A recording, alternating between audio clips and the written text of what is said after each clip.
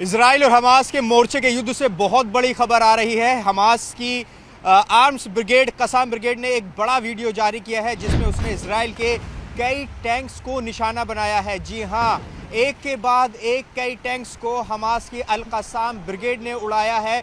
Video में आप साफ तौर पर देख सकते हैं कि किस तरीके से गाजा पट्टी के भीतर हमास के लड़ाके इजराइल के टैंक्स को चुन चुन कर निशाना बना रहे हैं और बाकायदा एंटी टैंक मिसाइल से उनको उड़ाया जा रहा है।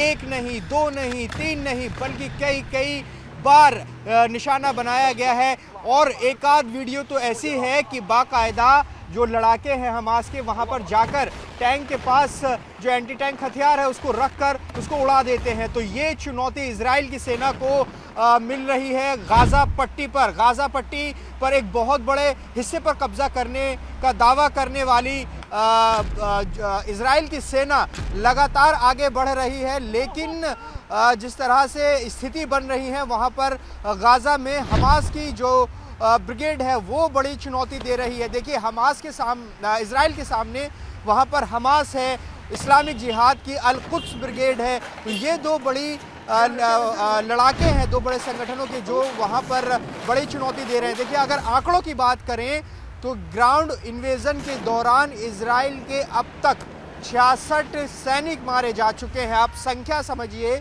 कि किस तरीके से इजराइल के जो सैनिक हैं वो गाजा पट्टी के अंदर मारे जा रहे हैं। वहीं इजराइल भी हमास के बड़ी संख्या में लड़ाकों को मार गिराने का दावा करता है। तो एक लगातार जो जंग है वो बेहद भीषण होती जा रही है। उत्तरी गाजा पर कब्जे का दावा कर चुका है, अल शिफा के भीतर घुस चुका है इजराइल, लेकिन अब साउथ गाजा की तरफ लगातार बढ़ रहा है। देखिए, इजराइल के प्रधानमंत्री बेंजामिन नेतन्याहू का साफ तौर पर यह कहना है कि जब तक हमास खत्म नहीं हो जाता ये युद्ध रुकने वाला नहीं है। लेकिन हमास की ताकत क्या है इस युद्ध में?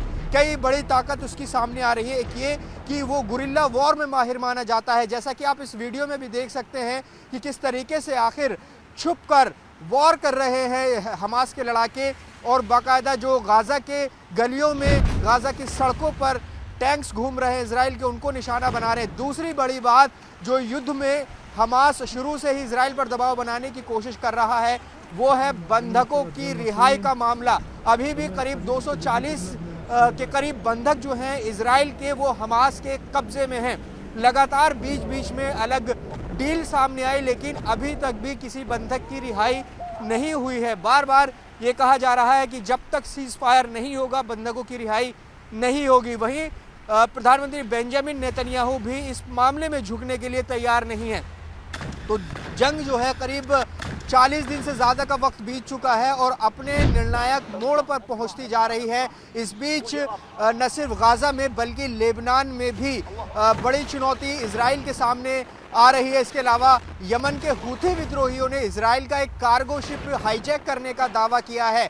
तो ये कई ऐसे मोर्चे हैं जो इजराइल के खिलाफ इस पूरी जंग में अब तक खुल चुके हैं, लेकिन इजराइल अभी भी इस जंग में शामिल है। वो पूरी जंग को जीता नहीं है, जीतने की घोषणा नहीं की है, लेकिन इसके बावजूद जंग लगातार जारी है। हमास जहां एक तरफ चुनौती बना हुआ है तो वहीं हिजबुल्लाह भी लेबनान में ताबड़तोड़ हमले कर रहा है। न्यूज़ 18 इंडिया लगातार लेबनान से आपको हिजबुल्लाह और इजराइल की जो वॉर है वो दिखा रही है। लगातार की जो स्थिति है इस युद्ध की बदलती जा रही है। कई मोर्चे इजराइल के सामने खड़े हो गए हैं। तो ये तस्वीर हम आपको दिखा रहे हैं किस तरीके से हमास ने कि अल कसाम ब्रिगेड ने ये जारी की है और किस तरीके से इजराइल के सैनिकों को निशाना बनाया है और बड़ी संख्या में हताहत होने का दावा किया है। तो ये युद्ध बढ़ता ही जा रहा है जिसने पूरे पश्चिमी एशिया को हिलाकर रख दिया है। पश्चिमी एशिया का ही नहीं बल्कि पूरी दुनिया का इस वक्त सबसे बड़ा मुद्दा इजराइल हमास का युद्ध बना हुआ है।